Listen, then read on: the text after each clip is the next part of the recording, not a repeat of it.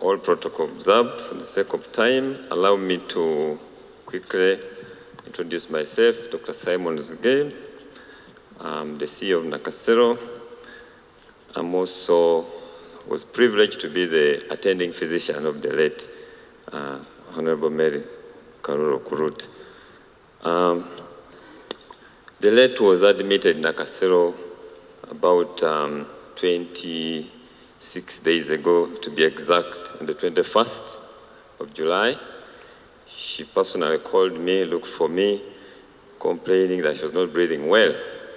So I had an opportunity to see her, visit her, and evacuated her to the hospital. When she was admitted at the hospital, we quickly assembled a team that did an analysis evaluation and made a few observations. I had known her for quite a while, over 15 years ago, and she had had a chronic lung condition. In the medical terms, we call it sarcoidosis. It's a kind of lung disease that affects people. It's quite relatively rare, but it does occur. It's not contagious, it's not infectious, and we don't know yet whether it's hereditary, but it does exist in this world. She had known of this condition for quite a while. Diagnosis had been made. She'd made wide consultations in Uganda, South Africa, Dubai, and even Nairobi. At the time I'd seen her over 15 years ago, she was already on some treatment to try and contain or control this condition. In this condition, patients tend to have some complications that are known. It tends to cause chronic progressive scarring of the lung, and that tends to affect the way the lung works, specifically breathing in oxygen and taking out carbon dioxide. And that leads to some complications, directly from the condition, but also from the medicines we normally use to try and control this condition. So when we saw her, when she called me and I saw her, at that time she was struggling to breathe. She has been using oxygen at home to try and help the lung. When we admitted her, evaluated her, we found her, in addition to the severe lung scarring from this condition, she had also developed clots in the lung and some other complications related to the medications, basically infections in the lung. We admitted her, aggressively treated her, to try and see if we can reverse the events. She needed ICU care. We admitted an intensive care unit. We gave her the treatment that would support her breathing and also control the progression of the condition. With time, we noticed the lung was progressively failing, and she reached a point where we had to make a decision to support her breathing using a ventilator. So we supported her, and despite all those efforts, she progressively worsened. We had several meetings, consultations with the family, friends, and colleagues, and we sought second opinion. So the decision was arrived to seek second opinion. We tried to time it.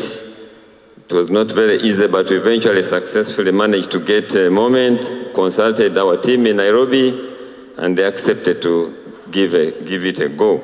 So we airlifted her using an air ambulance to Nairobi Hospital with a goal to see if they can give her any other alternative treatment that we may not have here in Uganda. Unfortunately, due to the progressive nature of her critical illness at that point, she developed worsening breathing and eventually developed complications, organ damage, multiple organ failures, and unfortunately she passed on.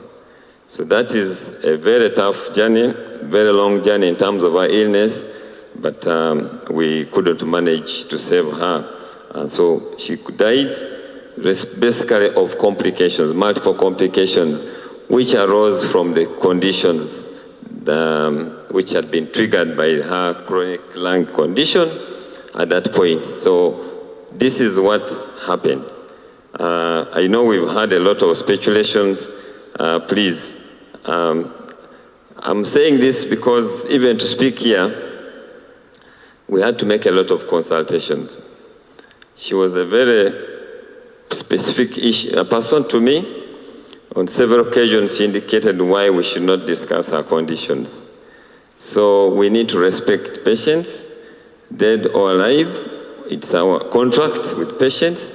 I had to seek the permission of the council, Medical Council of Uganda, to speak here.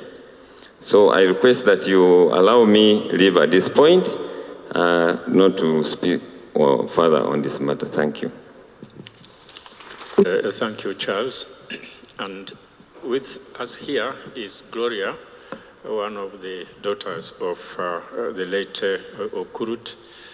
And I wasn't expecting to speak, but no problem at all. There are two groups I would represent here. The first one is the SK Okurut and the Teso community. Mary has been with us all this time. About a year ago, we lost Onapito Ekomoloit, Honorable, and Mary was the vice chairperson of the organizing committee for the funeral of Onapito. I was the chair and she was the vice chair. And together we went with her to bury Onapito. That's just an illustration how she remained close to us, the community from Teso. And she was always there, very generous with her time and her resources, and she will be missed in that community. Another group with whom I have been exchanging on WhatsApp about Mary, very sorrowful about her passing, is a group known as the COVID Fund Committee. Honorable Dr. Rugunda, you remember that committee, you helped in setting it up. The chair is Emmanuel Katongole. The secretary was Dorothy Kisaka, who later became the Kampala KCC ED. And there were about 7 of us. There are Aga Sekalala and others. And Mary was a leader in the fight against COVID at that time. And she was very particular about making sure that all the donations from the public were banked and were acknowledged. She made sure that we gave her regular reports, almost weekly reports of what money has come, where it is, and so on. And that group, very sorry to hear about this death of Mary. And they will be very pleased to hear that I had a chance to mention this here.